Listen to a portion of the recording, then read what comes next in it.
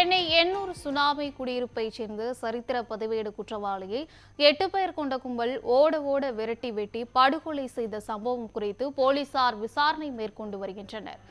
Chennai Ennore tsunami குடியிருப்பில் 29வது பிளாக்கைச் சேர்ந்தவர் 25 வயதான சத்யா என்கின்ற தட்டு சத்யா. இவர் மீது எண்ணூர் உள்ளிட்ட காவல் நிலையங்களில் பல்வேறு வழக்குகள் நிலுவையில் உள்ளன. இவரை திருவொற்றியூர் திருச்சினாங்குப்பம் நகர்ப்புற வாழ்விட குடியிருப்பு பகுதியில் 8 பேர் கொண்ட கும்பல் இருசக்கர வாகனத்தில் வந்து சரமாரியாக வெட்டிவிட்டு அங்கிருந்து தப்பிச் சென்றனர்.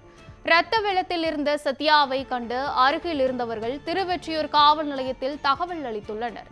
தகவலின் பேரில் சம்பவ இடத்திற்கு விரைந்த போலீசார் இரத்த வெள்ளத்தில் இருந்த சத்யாவின் உடலை கைப்பற்றி அரசு மருத்துவமனைக்கு பிரேத பரிசோதனைக்காக அனுப்பி வைத்தனர்.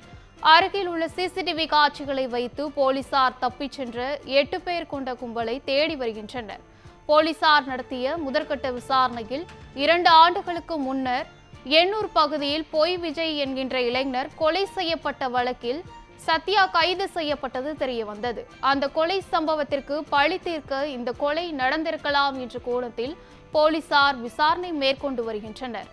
மேலும் கொலை நடந்த பகுதிக்கு சிறிது தொலைவில் இருந்த சத்யாவை அந்த கும்பல் விரட்டி வந்ததாகவும் அவர்களிடமிருந்து சத்யா தப்பிக்க இந்த பகுதியில் நுழைந்த போது சத்யாவை சரமாரியாக வெட்டி சாய்த்துவிட்டு தப்பிச் சென்றது தெரிய வந்தது.